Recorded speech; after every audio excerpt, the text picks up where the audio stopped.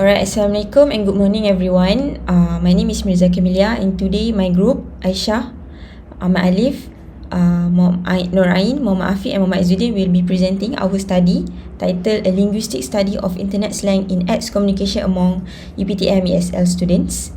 And next. Before we start, this research explore how ESL learners at UPTM use internet slang on the platform ads, focusing on the types of slang they employ and the meanings they intend when using them. And we will also discuss key findings, linguistic patterns, and the implication of this result language learning. Alright, so for the first one is introduction, problem statement, research objective, research question, significance of the study, limitation of the study, key terms, literature review, theoretical framework, methodology, findings, discussion, and also conclusion. Next. Alright, so first of all, digital communication has become a major part of students' daily lives. So we communicate through social media far more than through traditional methods like email or formal writing. So platforms such as formerly known as Twitter encourage short, quick, and expressive messages. And because of this environment, students naturally use fast, informal language to convey emotions, humor, and even their identity. So among Malaysian university students, especially ESL learners, internet slang has become a dominant communication style, which is slang today include abbreviation, creative spelling, emojis, and even code mixing between English and Malay. So these forms help students express their feelings more effectively than standard English sometimes can. So for Malaysian ESL students, this is particularly meaningful because it reflects how they creatively adapt English based on their bilingual background and cultural identity, which understanding how students use slang and what meaning they intend to communicate, which is a very important not only for research but also for educators and curriculum developers. So this study aims to investigate the types of slang used by UPTM ESL students on ads and to examine the communicative purposes behind these slang forms, which is through linguistic and pragmatic analysis. So this study we will explore how online slang reflect youth identity and creativity and social interaction. So next. So this one, moving on the background of the study, which is social media platform have become the main communication channel among young adults, which is especially university students. Compared to traditional communication, social media allows quick and informal, highly expressive interaction. So on platform like X, users rely on slang, abbreviation, and emojis to share reaction instantly and to connect more naturally with friends. So for example, like LOL, IDK, BRB, or even Malaysian expression like I cannot tahan on blur gila. So show how students mix language and use creative expression to convey tone and personality. So this shows that online language is not just for functional, it also reflects social belonging and cultural identity. But however, researchers have raised concern about the overuse of internet slang when students use informal language too often, so it may influence their spelling, grammar, and vocabulary in academic writing. So it is important to understand how students balance informal online communication with formal English proficiency. So, and this study specifically focuses on UPTM students in Cheras, Kuala Lumpur, and we selected 30 participants aged between 20 to 25, using purposive sampling to ensure they actively use English both in their studies and on social media. And by analysing the slang they use, especially on X, the study provide insight how meaning, identity, and social alignment expressed through digital communication. So next, I will pass to next presenter.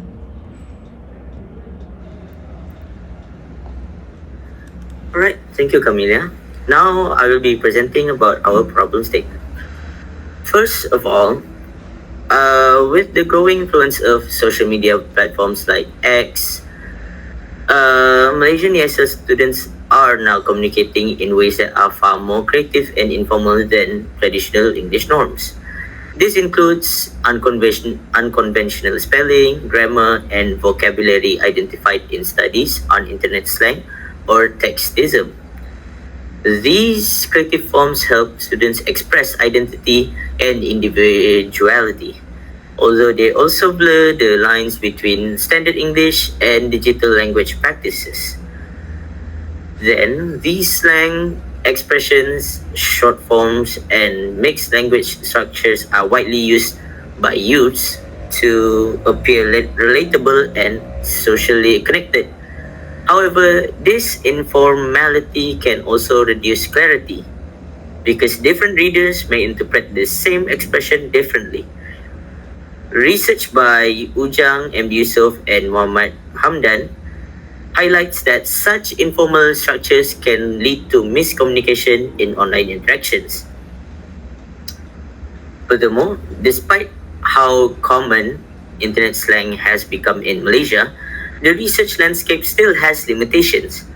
Many studies only document general patterns of slang usage without exploring the deeper social or communicative functions behind these choices.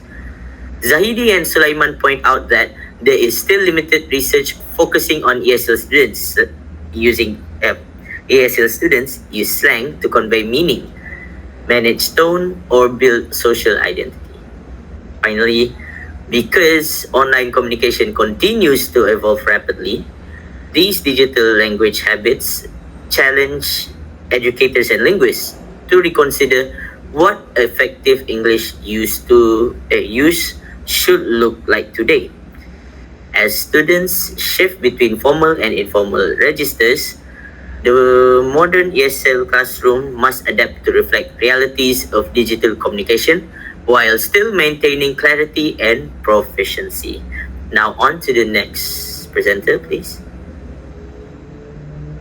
Okay, so I am AISYAH and we will move forward to research objective and questions. Next slide.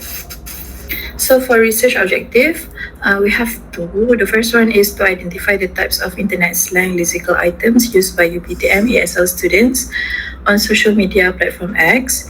And the second one is to explain the meanings intended by UPTM ESL students when using internet slang on social media platform X.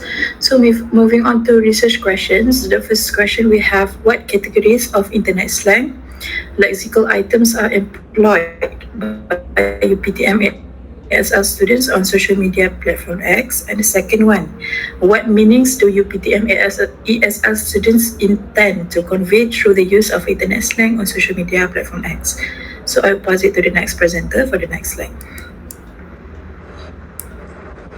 So, Assalamualaikum warahmatullahi wabarakatuh and good morning everyone. My name is Muhammad DZULFAKRY THANI and I'm going to present about the significance of study for this paper. So when we talk about the student using slang on Twitter or X, it's easy to dismiss it as just a lazy typing or bad English.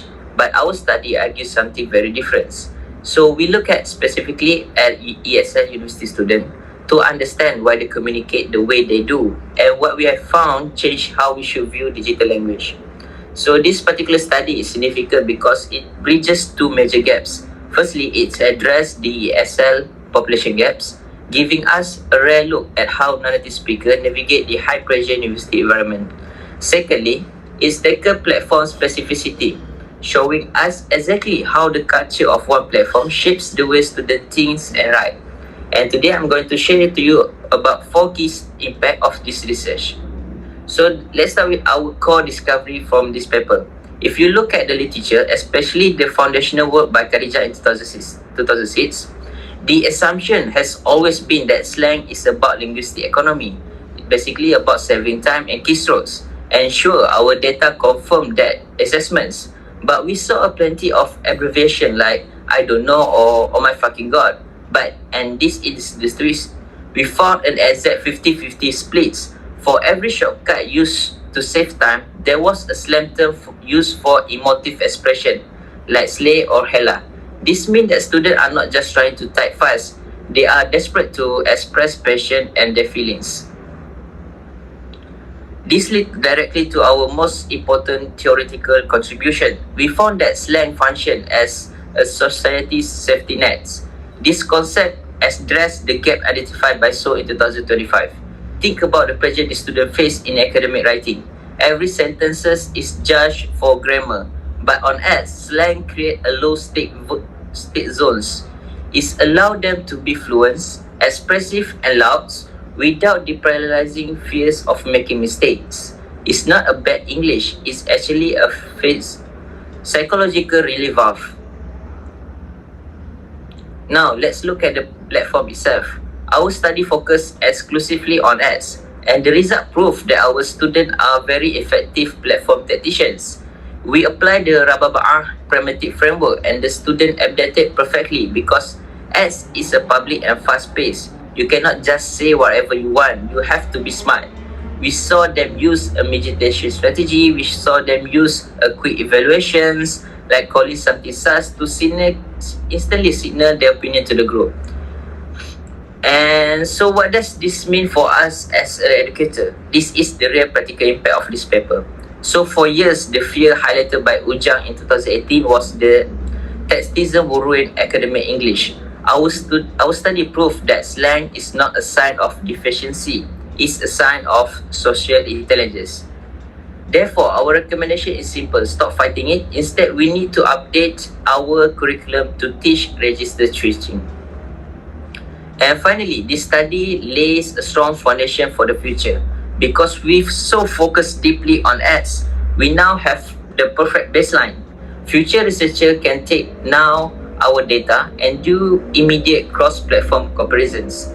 Does the motivation change on a visual app like TikTok? Is it different on private chat on Telegram or WhatsApp? Our study make those comparisons possible. To wrap this up, this study shows that ESL students are not lazy typists. They are actually very sophisticated, dual-motivated communicators who use slang to build confidence, manage social risks, and express their deep emotions. And it's time for our teaching method to recognize that. Thank you very much, and we move on to the next slide.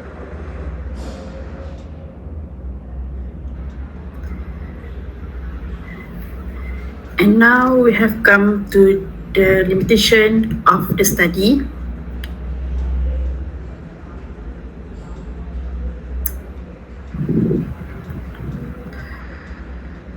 So for the limitation that we have faced for this study is the first one.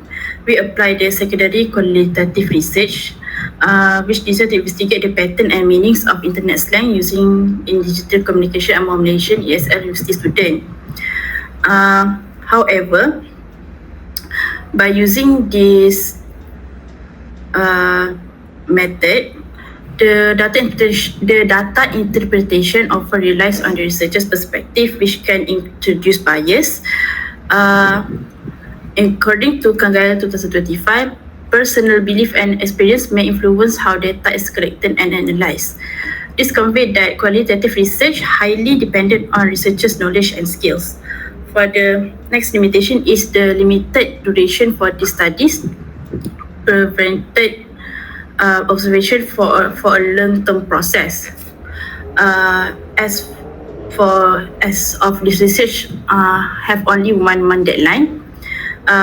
This research has some difficulties in finding targeted participants through purposive sampling to fulfill the participants quota, which is 30 participants overall. Therefore, the data analysis phase was compressed to 1 week. Lastly, this research was limited to only referring to previous research studies and post-transcript, which has caused a huge time consumption to transcribe the results. Why it was time-consuming? Because according to Macmillan, if we analyzing a transcript,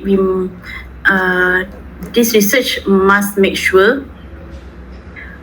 Researchers must make sure on how much contextual information to include, such as interruptions, crosstalks, and also inaudible segments. Now I will pass it to the next presenter for the key terms. Okay, Bismillahirrahmanirrahim.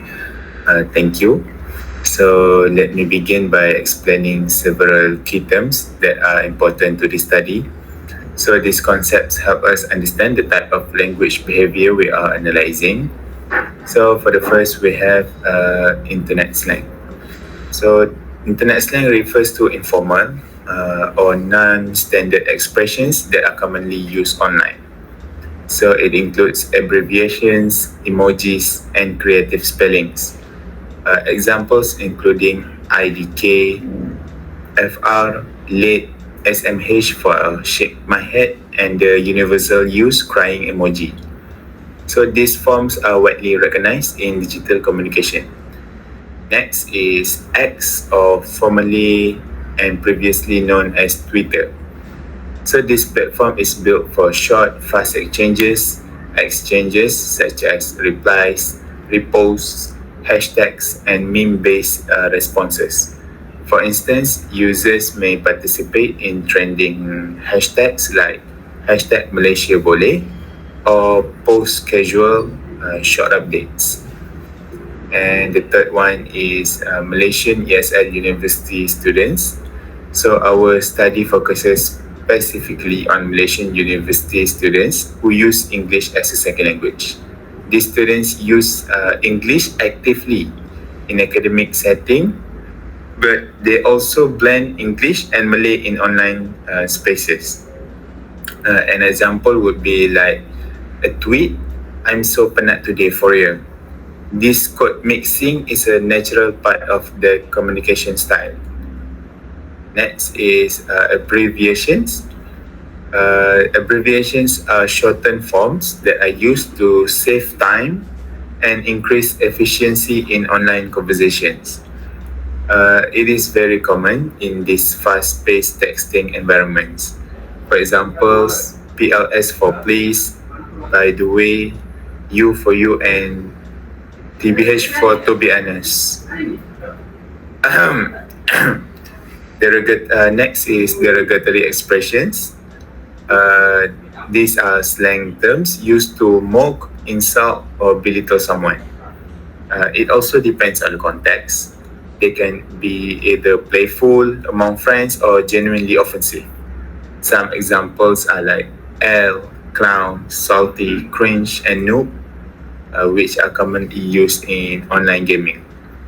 So understanding these key terms provide a clear foundation for analyzing how Malaysian ESL university students interact linguistically online, especially on rapid platforms such as X. Thank you. Next.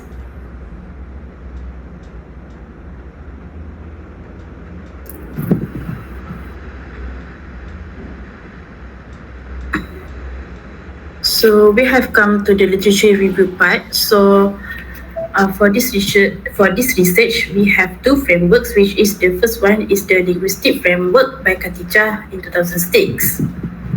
So for this framework, it studies how the uses of linguistic classification system developed also by Su Ryu-Shing in 2005 are based on the fundamental categories created by Khadijah in 2006. It is to support the claim that students' active creative motivation are not from deficiency in linguistic knowledge.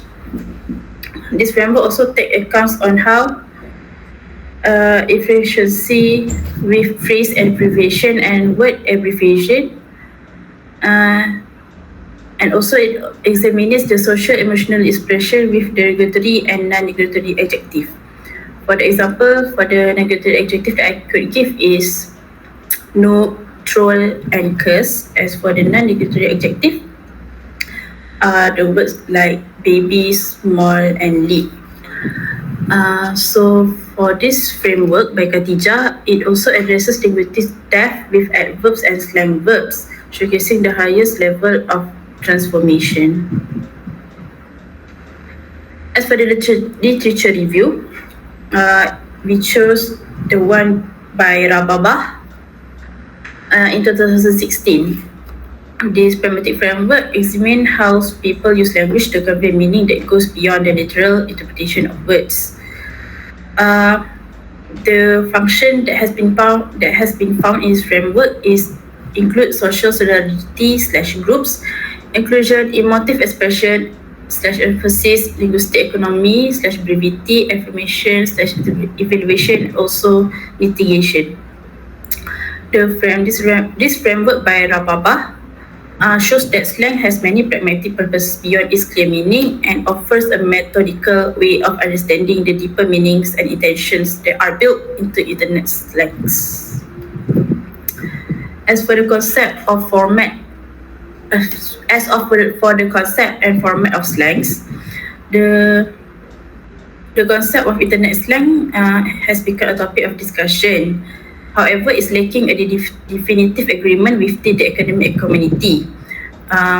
Yet, the scholars approach the definition from the perspective of news, communication, and linguistics. From the conceptualization as well, it concludes that every generation has innovated slang words specific to their peers, spreading from smaller communities to larger communities. Internet slangs often follows replacing words with similar sounding ones, acronyms, and also abbreviation.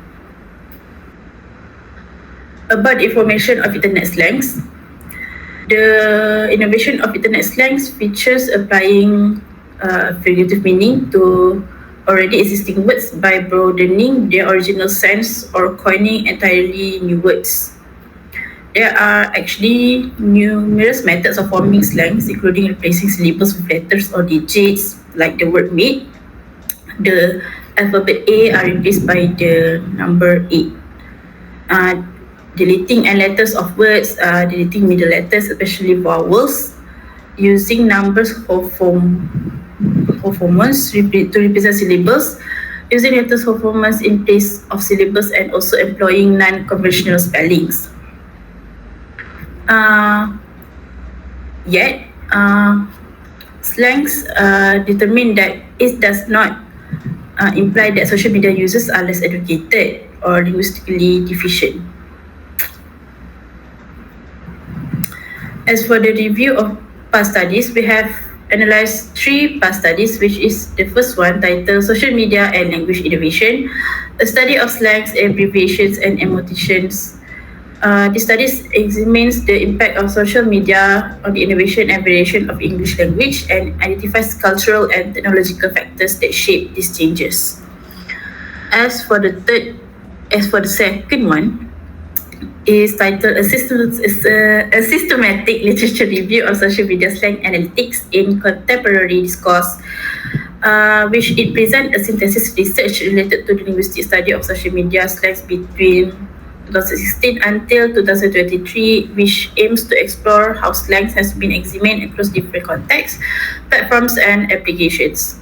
As for the third one, is titled Lexical Innovation Processes of Youth Net Speak on Malay Twitter Posts, which is explore how social media encourages informal and creative language use among Malaysian youths, focusing specifically on Malay Twitter users in their 20s. As for the research gaps for our chosen literature review, the gaps that we have found is like the first major research gap lies in its emphasis on surface level linguistic evaluation without examining their deeper communication or pragmatic function. Another research gap found is that study adopts a primarily descriptive approach without integrating theoretical or analytical framework that could explain the relationship between linguistic form, digital context, and user intention. Lastly, a further gap exists in the lack of domain-specific investigation. Now, I'll pass to the next presenter for the theoretical framework. Thank you so much, Ain, and I will explain the theoretical framework, which consists of 5 main steps. The first step is content analysis. The second step is familiarization and coding. The third step is linguistic framework. The fourth step is the pragmatic framework. And the last one is the analysis of form and function. Next slide.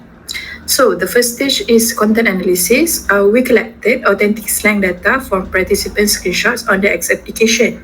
And these screenshots were compiled into a digital corpus, and each participant was assigned an anonymous code like P01 or P02. We then transcribed each screenshot into a data sheet recording the slang, the sentence it appeared in, and its context. Next, in the familiarization and coding stage, we read through the data repeatedly to understand the patterns, and recurring slang forms and significant features were identified, coded, and organized into tables for comparison and grouping. Next slide. So, the second stage involved linguistic framework analysis. We applied the frameworks of Khadijah in 2006 to categorize slang into abbreviation, adjective, adverbs, and slang nouns or verbs. And this stage focused on examining structural creativity and morphological patterns in the student language use. So following this, we applied the pragmatic framework analysis based on RABAB-A in 2016. And this step interprets the communicative functions of slang in context, and functions were categorized into affirmation or evaluation, linguistic economy or brevity, emotive expression or emphasis, social solidarity or group inclusion, and mitigation. Tone, topic, and conversation flow were also considered in this analysis. So next slide. The final stage is the analysis of form and function, and here we combined the findings from both linguistic and pragmatic analysis. So this stage examined how the forms of slang correspond to communicative intention. So overall, the use of slang by students serves several purposes. The first one, it allows for creative expression, helps in identity construction, and the last one is fosters social engagement. So this multi-layered analysis provides a comprehensive understanding of how Malaysian ESL students creatively use internet slang in digital communication. So for the next part, I will pass it to the next presenter.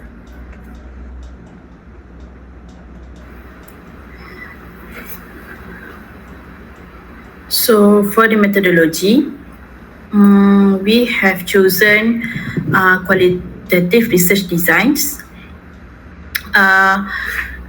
Why we chose the qualitative research design is as it is suitable as we want to explore human behavior, attitudes, and also experiences, emphasizing the exploration of nuance and context. The benefits that we get from this methodology is how this method allows participants themselves to be transparent on how, why, or what they were thinking, feeling, and experience at a particular timing or during an event of interest. So for the data collection method is we use purposive sampling, which we collected around 30 participants, which is our sample size is around 30 participants that consists of 15 males and 15 females, aged around 20 to 35 years old. And our chosen specific location for this participant is we collected the participants around Klang Valley urban area. And as for the criteria for the participants, they must be an active X application user, as well as post original content at least 3 times a week, and lastly have a minimum of 20 original posts or tweets on the platform. Now I'll pass it to the next presenter for the findings.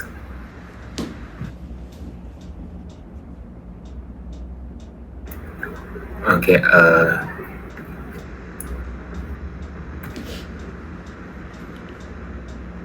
Thank you. So for this part, we are focusing on phrase abbreviations and the idea of linguistic economy or brevity.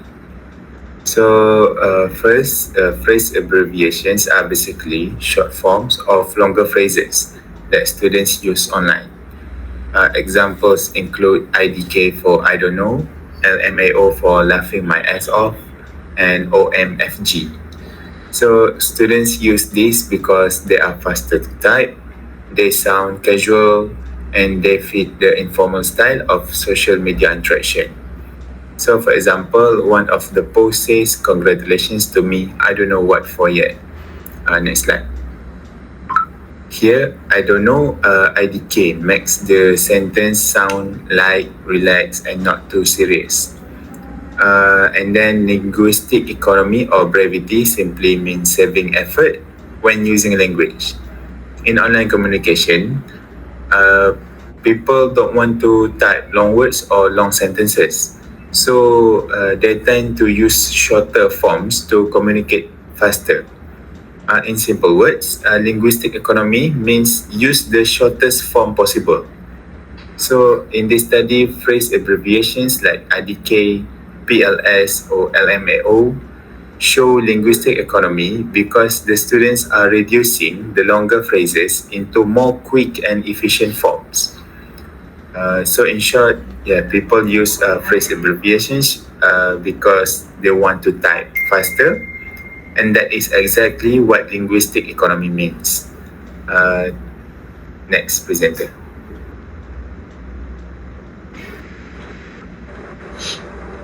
So now we are going to move on to the next basic form of statism, that is word abbreviations. So word abbreviation means that they are simply a shortened word, such as please for please, cause for because, and sus for suspicions. So from a purely structural standpoint, this linguistic form is the clearest evidence of linguistic economy or brevity. The motive to save time and keystroke, as Khatijah observed, shortening word facilitates a rapid communication, which is very essential for maintaining the conversational flow in a fast-moving online discussions. You see, example like cause, which is purely about efficiency. It cut 3 letters and explain causality in rapid scheduled ways. But these abbreviations are not just about speed, they are also a powerful symbol of in-group solidarity. Using them as a marker of memberships is affirm a shared informal language understood only by the peers groups. Next slide.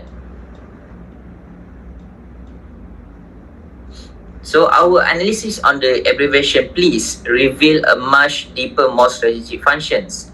We focus on the condensed form of please because its intentionally simplicity allow us to isolate the motive behind its use. While please technically save times and therefore satisfy the language economy of brevity, our data show its main job is a pure mitigations within the Rababa'ah pentagrams. It is a social tool. So let's look at the participant seats. Example, if I don't get excited when I see you in real life and rush toward you, please don't come near me, thanks.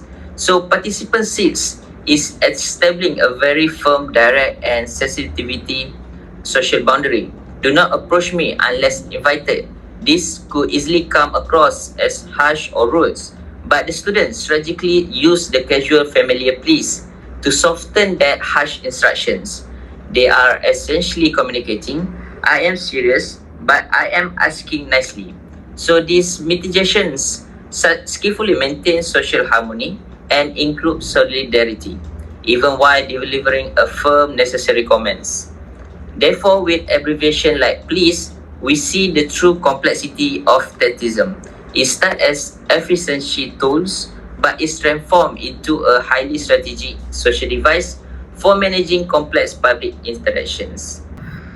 So for the third finding is the regulatory adjective. We have find 3 regulatory adjectives, which is noob, curse and troll.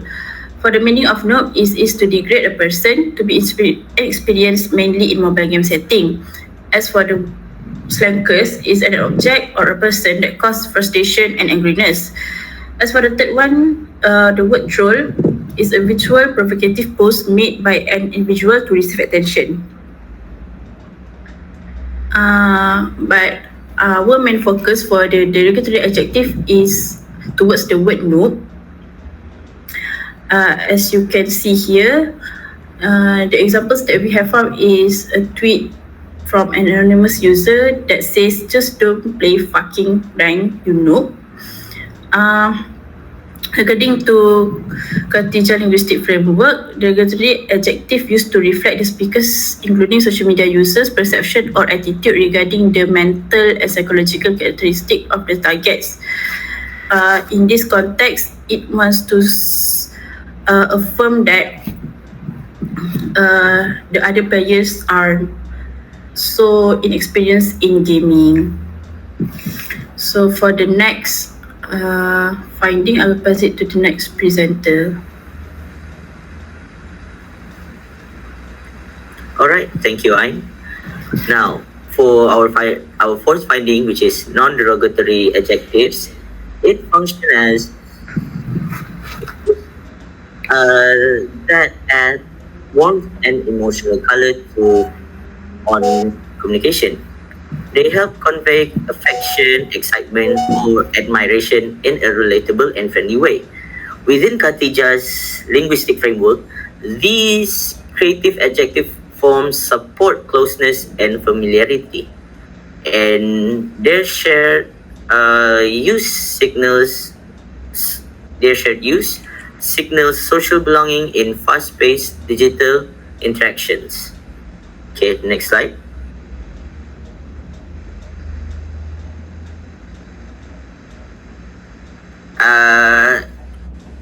In this part of the findings, the focus is placed on the non-derogatory adjective lit, because its strong evaluative tone clearly shows how students use positive slang to intensify enthusiasm and create shared emotional energy. Lit acts as an intensifier that upgrades a simple statement into a more expressive one, which aligns with the emotive expression and emphasis category in Rabah's research. This allows students to quickly communicate excitement and maintain lively interaction in fast-moving online conversations. For example, as we can see in the example, which is for participant 9, the concert last night was so lit, best night ever. Participant 9 expresses a straightforward positive evaluation, essentially meaning the event was extremely enjoyable. The use of lit amplifies this excitement and signals a shared cultural understanding among peers. As explained in Rabah's research, such usage strengthens social harmony and in-group connection by expressing enthusiasm in a way that feels familiar within the online community. That is all for me. I pass to the next presenter. Okay, thank you so much, Alif. Now I will move to finding 5 adverbs. So in this slide, we identified 3 common slang adverbs used by Malaysian ESL students on ACT. The first one is hella, which means extremely or very, and it used to strongly intensify a statement. The second one is noise, is a playful and exaggerated form of nice and often used to show strong approval or excitement. The third one is yikes, expresses shock, disgust, of discomfort. And this adverb shows how students modify standard English to create stronger emotional impact and more expressive communication. Next slide. So here is an example from our dataset where the adverb hella is used, and in the sentence, my tolerance for people is hella low, and the words hella intensify the statement and adds more emotional depth. So without this adverb, the sentence will sound more neutral, and this demonstrates how students use slang intentionally to amplify meaning and convey their feelings more vividly. So for the next part, I will pass it to the next presenter.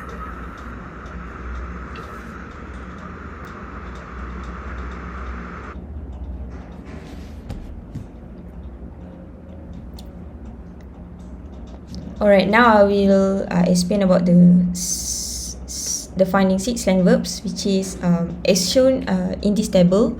The 3 main slang verbs we'll identify are slay, shade, and protect, which is slay is used to show admiration and confidence, and shade is express sarcasm or indirect criticism, and protect is a playful and affectionate version of protects. Next. So for example here, one participant wrote, the McDonald's near me is such a slay, hot, crispy, fries always, and the ice cream machine is never down. So here, slay emphasize their strong approval and excitement, which is It's not just about conveying meaning, it's about expressing emotion and connecting with peers. So this align with Rababa and Tagliamonte, who note that internet slang often serve both expressive and social functions. So overall, these slang verbs are not just words, but they are tools that allows students to express themselves, show enthusiasm, and reinforce group identity in online spaces. Next, I will pass to the next presenter.